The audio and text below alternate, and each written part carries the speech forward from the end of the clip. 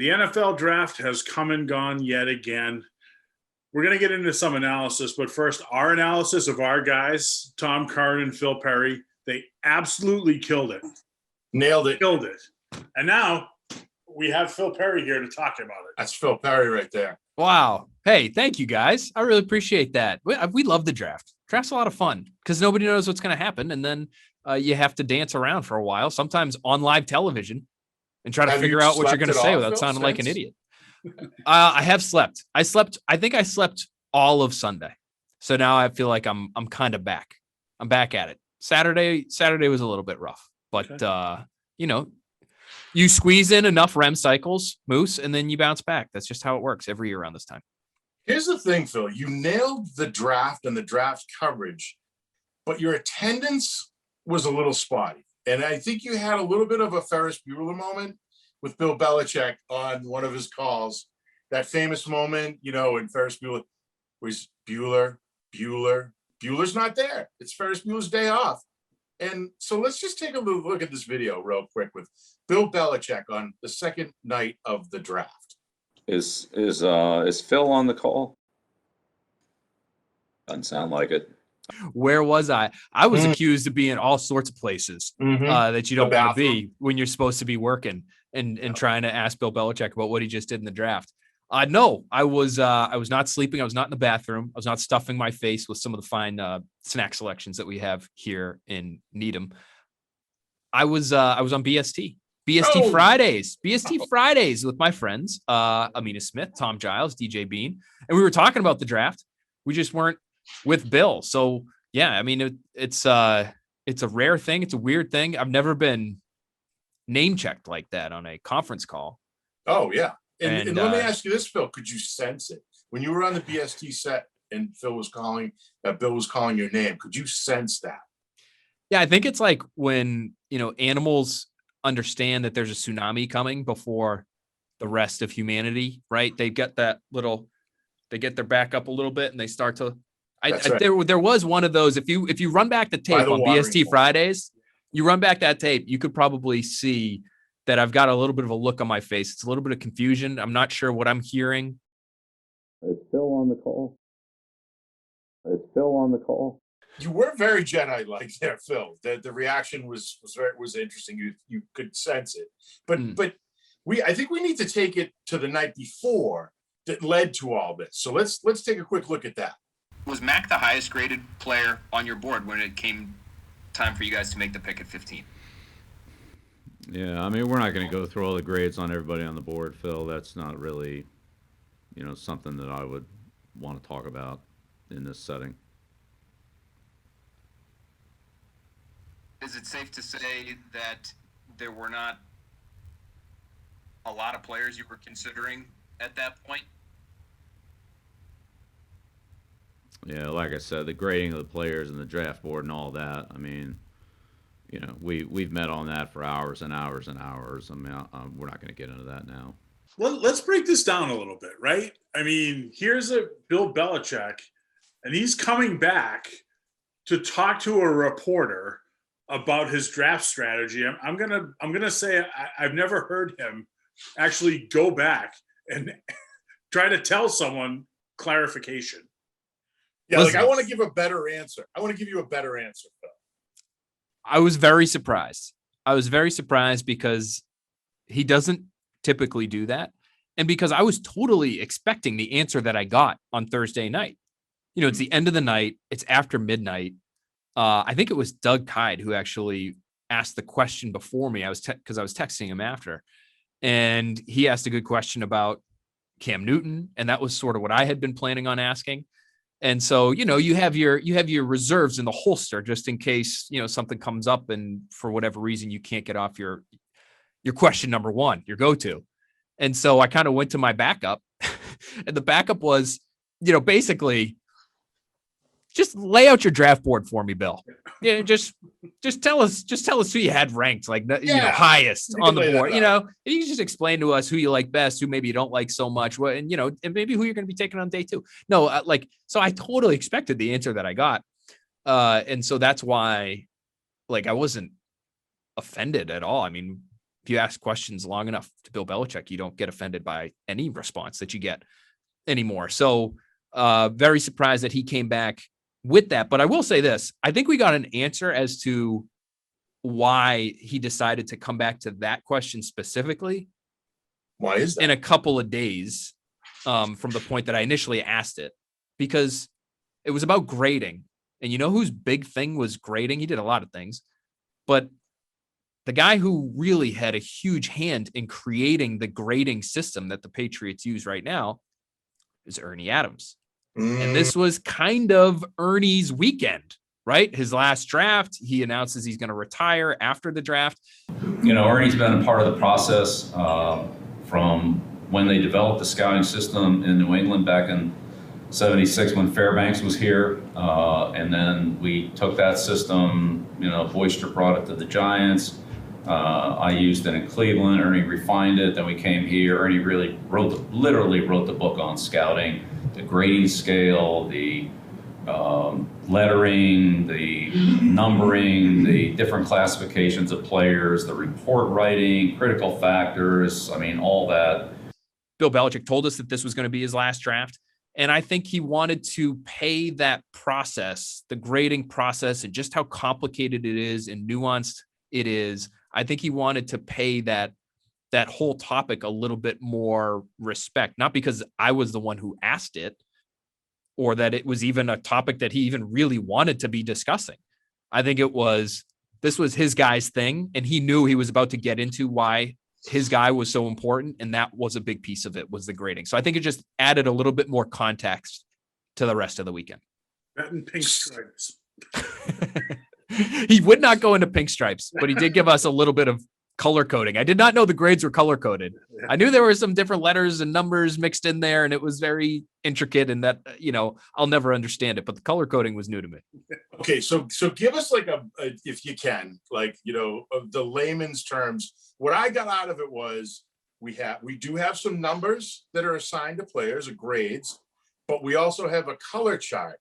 And if a guy was injured, he might be designated red, let's just say, right? I mean, what is your understanding of what Bill did say? Yeah, so he explained pieces of it that we hadn't really known before, but we are lucky in that whether it's stories that have been done in the past, you know, our guy Tom Curran has done some really good draft stories with Bill before. Michael Hawley has written books about the draft and Patriots related teams and how they handle the draft.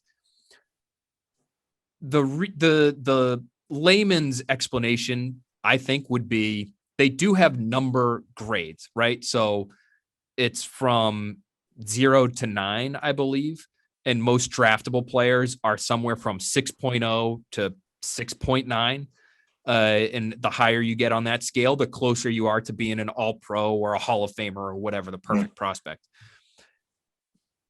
But the grades aren't just that simple, right? So it's not just every player has either, has a 6 point something next to his name. You get a letter for if you were coming from a lower level school. You get a letter if you transferred schools. You've got a different letter if you have some sort of injury history. You have a different letter if you have some sort of character concern or red flag.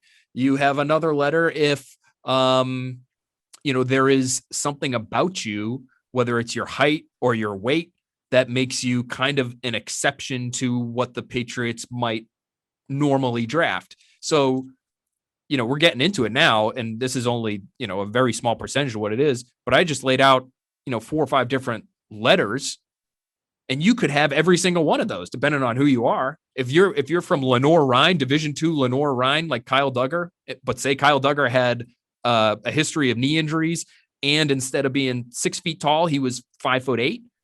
His grade might be ZCI 6-7F, and it might be in red or green, and I don't know what the colors mean, but that's. I think you just sunk my battleship, Phil. Yeah. But that's how detailed it is, and who knows? I don't know. I would think the purpose of grading was that so you could easily place one guy ahead of the next. Sure. But, maybe you look at those things long enough, and as Bill Belichick has for decades now, they do become easy to you after a while. So let me ask you this, right? Based on the explanation that he gave to you, can you think of a player that they drafted that they used this strategy on? I mean, was Mac Jones one of them, or was he just best available? Well, so I think what's interesting is that right, every player gets a grade. I think when it comes to Mac Jones, this is something I actually asked him about. I guess I'm kind of obsessed with this process. She wouldn't know it. I hate, Yes. draft. How long have you felt this? Draft nerd over here. Yeah. Yeah. I'm on the couch now. Yes. It all goes back You were to 5, Phil. when my dad took me to the Charlie Horse for the Patriots fans draft day event back in 1993, and we met Bruce Armstrong. No, so which is true story actually. So my dad loved the draft, and so he used to take me and my sisters, who I'm sure had no clue about anything that was going on.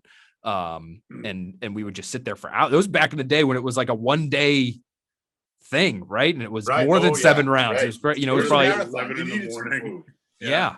So so every player gets a grade. I think what's interesting is that Bill Belichick has acknowledged before that you don't just go down the list in terms of, okay, this guy's got the best grade, you take him. I think what might have happened with Mac Jones is that there was another player there who had a better grade than Mac Jones. And that would have created a little bit of a discussion, a meeting of the minds there in the Patriots war room.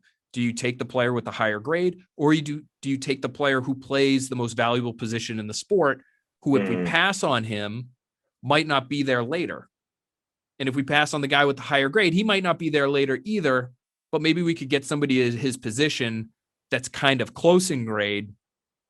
And then at least we have like a representative player at that position. So those are the conversations that happen as it's going on, and you try to play those scenarios out ahead of time. You do your mock drafts. The Patriots do mock drafts just like we do, to try to figure out what might happen the night of the draft, and you try to be as prepared as you can. But those are, I think, especially a quarterback. Like, are you technically overdrafting a quarterback because his grade isn't as high as somebody else's that you might be looking at? Yeah, you might be, but he plays quarterback, so you might not get him later. So you have to pull the trigger. I think that might have been what happened there in New England that night. So now we move into like the second round with Christian Barmore. Is this you had him as a prototypical Patriot? Oh yeah, painstaking research that you do leading up to that, and oftentimes there are players that are drafted that are on that list. And so, do you feel like, especially with the emphasis on the defensive side of the ball, another defensive end, are we looking at a shift here in defensive philosophy where, back to a 3-4, or is this just always going to be morphing into, and he just wants a lot of pieces? Yeah, I think all 3 of their first 3 picks were prototypical Patriots. And the way that I do it now defensively is I do try to fit the scheme. So the scheme really, since Patricia left, I shouldn't say that, since Flores left, the scheme has been more 3-4 than 4-3. They kind of went back to what Bill liked to do early on in the dynasty. That's what I've been told by people who would know, is that Matty P was more of a 4-3 guy. Bill's more of a 3-4 guy. Yeah. Barmore fits perfectly because he's that 3-4 defensive end. He's kind of built a little bit like Ty Warren, maybe. Yeah. Maybe a little bit more explosive as a pass rusher and not quite as stout against the run, or quite as consistent. I mean, you think of Ty Warren, you just think of rock solid, right? Like not an all pro, not going to light up the box score, but just like a really good, solid player. Christian Barmore has been kind of hit or miss at Alabama. I mean, he has games where he's dominating Notre Dame and Ohio State offensive lines that are loaded with pros. And then he's got games where you barely notice him. And so the length, though, the ability to get off the line of scrimmage, the performances in big games, all that stuff, I think makes him a prototypical Patriot. And now you just have to hope he fits in well here in New England, because that was kind of the knock against him. He should have went in the first round. He didn't, because teams are a little bit concerned about, okay, the consistency factor is a factor with him, and how does he handle adversity? And, so here in New England, he's going to be handed a lot of adversity because that's just how Bill Belichick coaches. Yeah. And so we'll see how he figures that out. But I like that pick. I like all three picks to a certain extent. I would have liked the receiver. I'm going to, Yeah. I've said that a couple times. I would have liked a receiver for them, but otherwise I think it was a solid top end of the draft for them. Yeah. Because with Barmore, it's good that he got away from Nick Saban in Alabama. And a nice change of fresh air on Bill Belichick. It's cushy landing spot here in Foxborough.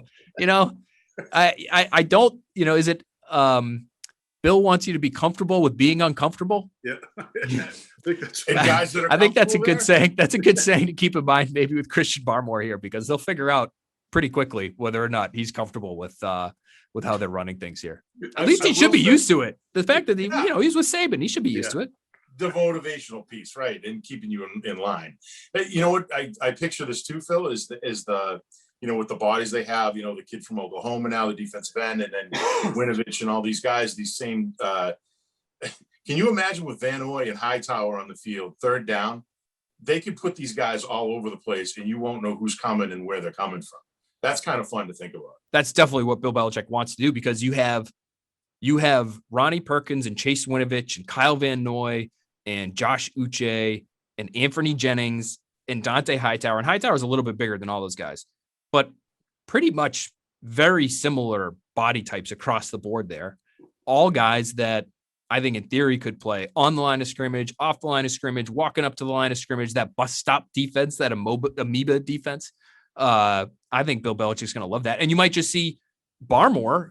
I think Barmore would be a perfect guy to plop right down there in the middle of the line in that old Trey Flowers, Adam Butler role, put him right over the center and just have everybody else kind of walking around him and try to confuse quarterbacks that way. I could see, what we're going to see that, and I have no idea what the schedule is going to be, but if we don't see that at least a dozen times against Zach Wilson whenever they play the Jets first, I'll be shocked. Right.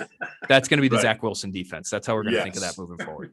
Yeah. So, one thing I thought was strange, for the first time in Belichick's tenure, and for the first time for the Patriots since '89, they actually drafted guys from Oklahoma. It always kind of felt like they stayed away from that team. Like, what? How did that come to be? I know it's interesting because they don't even really have, as far as I know, they don't have the relationship with the coaching staff there that they do, Georgia, 2 first rounders out of Georgia a few years ago. And even the N'Keal Harry pick, Bill Belichick had a really good relationship with his head coach at Arizona State before it was Herm Edwards. So yeah, it's a little bit odd. I think it's just the way it works out sometimes. I mean, I wish they would acknowledge to us, we went to look at this guy and then this other guy really popped at his pro day and skyrocketed up the draft board. I don't think it works that way. But 2 Sooners, 2 Tides. What do you got? You got a Knight from UCF. You've got a Buffalo from Colorado. You've got a Tiger from Missouri. And you've got, I love mascots. So this is this should be right in my wheelhouse. I think we're forgetting one other. Phil, The people will let us know. What else? not that Bill was at all these pro days, right? So that whole thing about, Bill has to be there. That's who they're picking. He's overriding the scouts. This year, obviously, the people doing the scouting had a say. I think so. And, they always have a say to a certain extent, and Bill always is going to be the guy pulling the trigger at the end. But the fact that you were limited in where you could go for the pro days and you were limited in how long you could sit down with these guys, I thought there was a chance. And I know there was a lot of talk about how it was going to be a different process for the Patriots. It's going to be a more collaborative process for Bill Belichick, working with these people around him. I thought it was going to be more of the same. And it kind of, the first 2 picks are guys from Alabama. It kind of was off the top, right? Right. Because you were so limited in the information you could acquire on some of these guys. So where do you go when you're feeling uncomfortable with the amount of information that you have? You go to Reliable. You go to Alabama. Right. you get their 2 best players that, outside of the receivers, but you get 2 of the best guys that Nick Saban has had in a couple of years. And as long as you get the stamp of approval from Nick, you're off and running. And I think the other thing too, guys, it's kind of interesting here is I hesitate to call them a loaded team because I still feel like they're not incredibly strong at certain points, but they didn't have a ton of roster spots available going into the draft. And so You see him use the 15th pick instead of trade down. You see him trade way up in the second round and overpay actually to move up in the second round just to get a couple guys. I think there's a chance there's only like 3 or 4 draft picks that even make the team. So I think they just really wanted to nail those top couple, and then they'll see how the rest of them play out, because the team as it stood even before the draft outside of quarterback, was pretty well set up. And then, they add a quarterback to the mix there, and we'll see how quickly he can get involved. But that I think was their approach, was make sure they hit those top couple. And so now that it's actually finally over, what do you have like a good story or good anecdote about any of the guys that they're bringing in, like something that kind of caught your eye when you were reading up on them? Yeah. Well, so I got to talk to Steve Sarkisian, who is the offensive coordinator from Alabama, who's now the head coach at Texas. And one of the things I wanted to find out about Mac Jones was, because we've heard stories about he's a great teammate. He's a great guy when it comes to the amount of preparation that he puts in to get ready and everything it allows him to do at the line of scrimmage. And Sarkisian was great on all that in terms of, giving us some detail there. But I've heard that Mac Jones has a John McEnroe style temper, like next level, lose his mind out of nowhere, throwing rackets or whatever, maybe it's helmets, maybe it's just footballs, but will freak out. And he has a little bit of a tennis background, and people have kind of associated the two at times. He's got a little bit of that thing in him. And so I asked Sarkisian about that. And he said, you know what? It's funny. And I think this helped his teammates at different times kind of rally around him, because when he used to get upset, and he definitely got upset, it wasn't at other players. We've seen Brady do that for years, right? Just lose his ever-loving mind at some of these young receivers. He wasn't really doing it to other people, Sarkisian said. He just got to do it to himself. And so he paints this picture of Mac Jones, lunatic, crazy person in the middle of the field, misses a throw and saying, very sounds like a very colorful, gentlemanly young man, even when he's upset, because gosh darn it, gosh darn it, Mac, dang it, Mac. Third person yelling at himself in the middle of the field. So maybe he'll pick up a little bit more colorful language now that he's around, Bill Belichick and the rest of the staff there in New England. But I'm looking forward to that training camp. Can't you see us out there training camp and just trying to get Mac screaming at himself? Yeah, absolutely. Middle of the practice field. I think that'd be good stuff. So let's wrap this up. We're going to go back to the call. Okay. At the end of the call, Bill's wrapping up, and Mike Reese jumps on, and this is what he had to say. We'll transcribe that for Phil. Yeah, I appreciate that. and then we're gonna penalize him 15 yards for not being on the call. There you go. That's it. Your rules are your rules. So that's it. Not gonna lie to you, I think Reese feels a little bit threatened that you're creeping up that pecking order, man. He's coming for you. You might want to check your brakes. No way. There's no chance. No. You know what? I will say this about Reese, because I heard he penalized me after the fact. And initially I wasn't happy. Flag and a fine. Like, geez, to take money out of my pocket. So initially I wasn't happy about that, but he is an equal opportunity penalizer, because that's Mike's thing. I mean, if you're on the beat, you follow the team closely enough. If you're one of these people, one of these fans that listens to every press conference, every conference call, Mike has given out, I would say, hundreds of flags in his day, like on himself, me, Curran, it doesn't matter who, could be anybody. Opportunity. The PR staff, the coaching staff. I think he's flagged the coaching staff before. I mean, the guy clearly had other aspirations in life, and he happens to be pretty good at this whole reporting thing. And so I guess he should stick with that. But I got to give credit where it's due. I mean, the guy's always got the flag ready. I have to say my favorite moment in that, though, is Bill's reaction. Oh, your rules are your rules, right? Like in every scenario, it's just, the rules are the rules. Whatever the rules are. I mean, you got to understand what the rule book is. Only control what you can control. Yeah. It's also like, I also read into that a little bit where he says, I mean, I don't know what you guys do is what you guys do. You can do that on your own time. Like, I'm not going to concern myself with I got enough going on over here. Okay? Right.